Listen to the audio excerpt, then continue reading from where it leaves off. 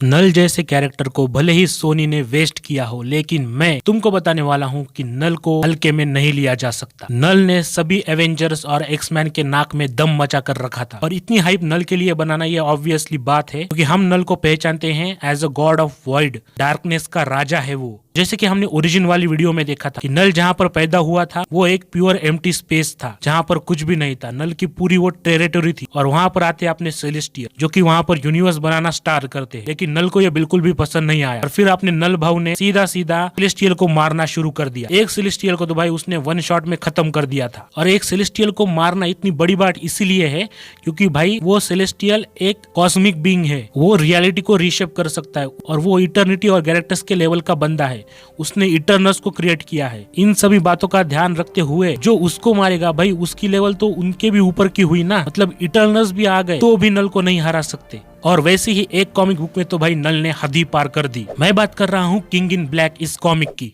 इस कॉमिक में हम देखते हैं कि नल ने अर्थ के ऊपर हमला बोल दिया है और जैसा कि नल ने एक ही सेलेस्टियल को खत्म नहीं किया, उसने कई सारे सेलेस्टियल को खत्म किया है। और नल उस सेलेस्टियल के जो बॉडी है उनको अपने सिम्बियोट के साथ मिक्स करता है और उनके साथ अर्थ के ऊपर हमला बोल देता है। और नल उनमें से ही एक सेलेस्टियल के चेस्ट में से निकलता है और बोलता है मैं तुमको जल्द ही खत्म करूंगा, इसमें मेरे को ज्यादा टाइम नहीं लगेगा। और हम देखते हैं सारे के सारे अर्थ के एवेंजर्स और एक्समैन को, जिनकी भाई गांड फटी पड़ी है ये देखकर कि उनके सामने भाई 3 सेलेस्टियल हैं जो कि सिम्बियोट से कवर है और आसमान में कई सारे ड्रैगन्स भी है सिम्बियोट के। और नल के लिए तो ये बस शो ऑफ था कि दिखाना अर्थ के हीरोज को कि भेंचो तुम मेरी रिस्पेक्ट करो, मैं कितना ज्यादा पावरफुल हूँ। फिर नल नीचे उतरता है और सभी के सभी एवेंजर्स और एक्समैन से मिलता है और उनसे कहता है तुम लोग कौन हो। फिर अपना आयरन मैन कैप्टन को ये बोलता है कि अपना हथियार जल्दी से जल्दी आने वाला है 10 सेकंड में, तो तुम हम सबके लिए थोड़ा सा टाइम बचाओ। फिर कैप्टन अपने नल के साथ बातें करता है और कहता है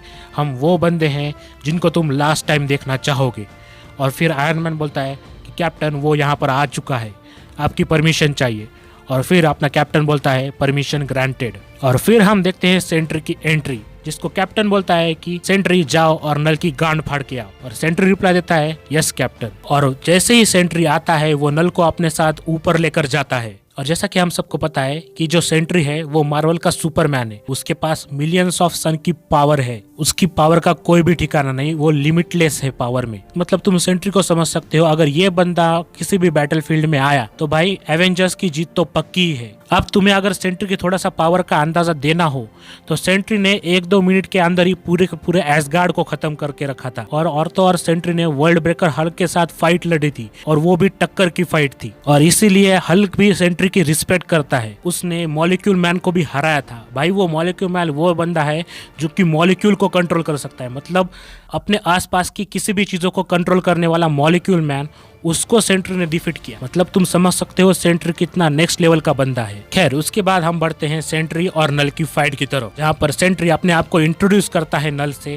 कि मेरा नाम बॉब है, तुम मुझे सेंट्री बुला सकते हो। लेकिन नल कहता है मुझे उसकी कोई जरूरत नहीं है, क्योंकि तुमने एक बार कार्नेज को हराया था तो तुम्हारी मेमोरी मेरे अंदर वैसे भी समाई हुई है। और ऐसा बोलकर ही नल सेंट्री को पकड़ता है और बीच में से ही फाड़ के रख देता है, और वो भी अपने दोनों हाथों से। और ये देखकर अपना कैप्टन अमेरिका, आयरन मैन और वुल्वरीन और सभी के सभी एवेंजर्स एक्समैन ये देखते हैं कि उनके सामने उनके दोस्त को नल ने कैसे बेरहमी से मार डाला। और जैसा कि हम लोग जानते हैं कि सेंट्री के अंदर एक और पर्सनालिटी थी उसकी वॉइड, जो कि अब सेंट्री मरने के बाद रिलीज हो जाती है। और वो जो वॉइड था वो नल के ऊपर अटैक करने का ट्राई करता है, मैंने बोला ट्राई करता है। और नल अपने वॉइड को ये बोलता है कि बच्चे मैं नल हूँ, गॉड ऑफ सिम्बियोट, डार्कनेस का राजा। इधर तुम मेरे साथ बॉन्ड हो जाओ या फिर मेरे को तुमको 2 मिनट के अंदर खत्म करना पड़ेगा।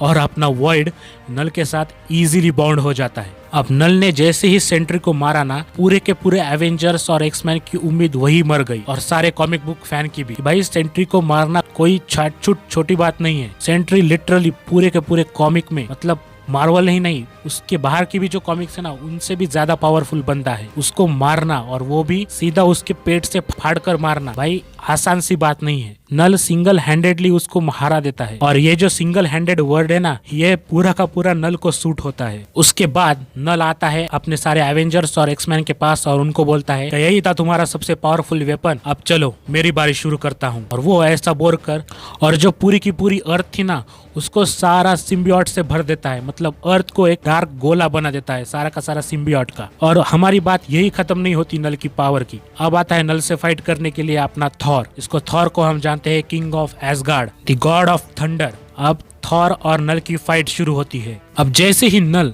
अपने एडी ब्रॉक के बेटे के ऊपर हमला करने वाला होता है, थॉर अपनी बिजली से नल के ऊपर हमला कर देता है। और नल कहता है ये पावर मेरे को कुछ सिमिलर लग रही है, कौन है वहाँ पे? और थॉर कहता है ये पावर है लाइटनिंग की और तुमको इस लाइटनिंग का और भी झटके देने बाकी है नल। और वो अपने एडी ब्रॉक के बच्चे को लेकर वहां से निकलता है और अपनी लाइटनिंग की पावर से जो भी सारे फेलो एवेंजर्स और एक्समैन थे जो कि नल के सिम्बियोट के कारण एकदम जम गए थे ग्लू टाइप, उनको वो रिलीज करता है। फिर थॉर और एडी ब्रॉक का जो बेटा है वो दोनों मिलकर नल से फाइट करते हैं।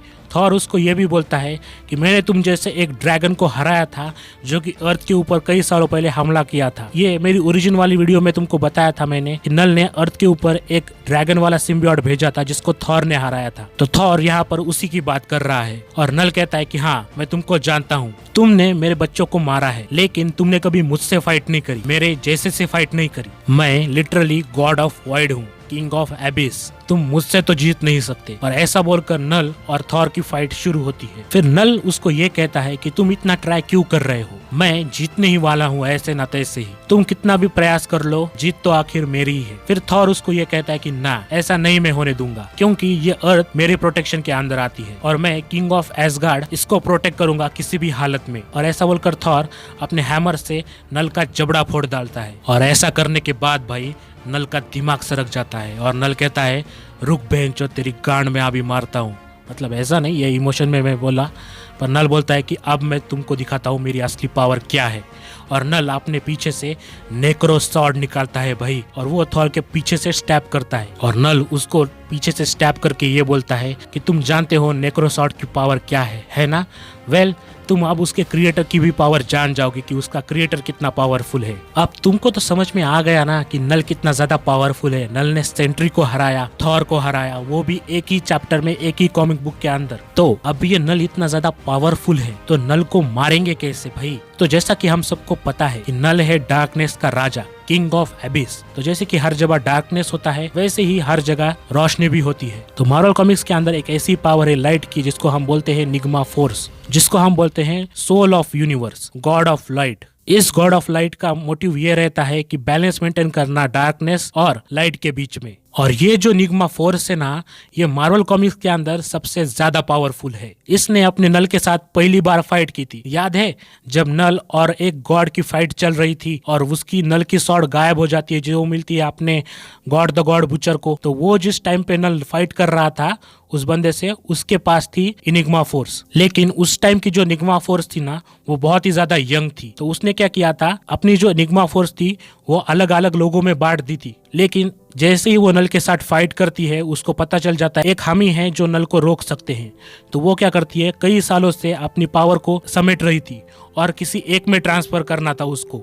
और गेस करो उसने किस में ट्रांसफर किया होगा? ना अपना स्पाइडरमैन, ना अपना आयरन मैन, ना अपना कैप्टन अमेरिका, उसने ट्रांसफर किया अपने एडी ब्रॉक के अंदर, वेनम के अंदर। और फिर वहां से शुरू होती है अपने वेनम और अपने नल की फाइट। फिर अपना जो एडी ब्रॉक है वो नल को लेकर सीधा उड़ कर जाता है सन के पास और सन के पास अपने नल को वहां पर क्लोज ले जाकर नल को ही फिनिश कर डालता है। और जैसा कि हम सबको पता है कि नल को हराया जा सकता है सिर्फ और सिर्फ लाइट के कारण। तो अपना एडी ब्रॉक जिसके अंदर अभी इनिग्मा फोर्स है, गॉड ऑफ लाइफ है, वो उसको अर्थ सन के पास ले जाता है और वहां पे वो जल के राख हो जाता है अपना नल।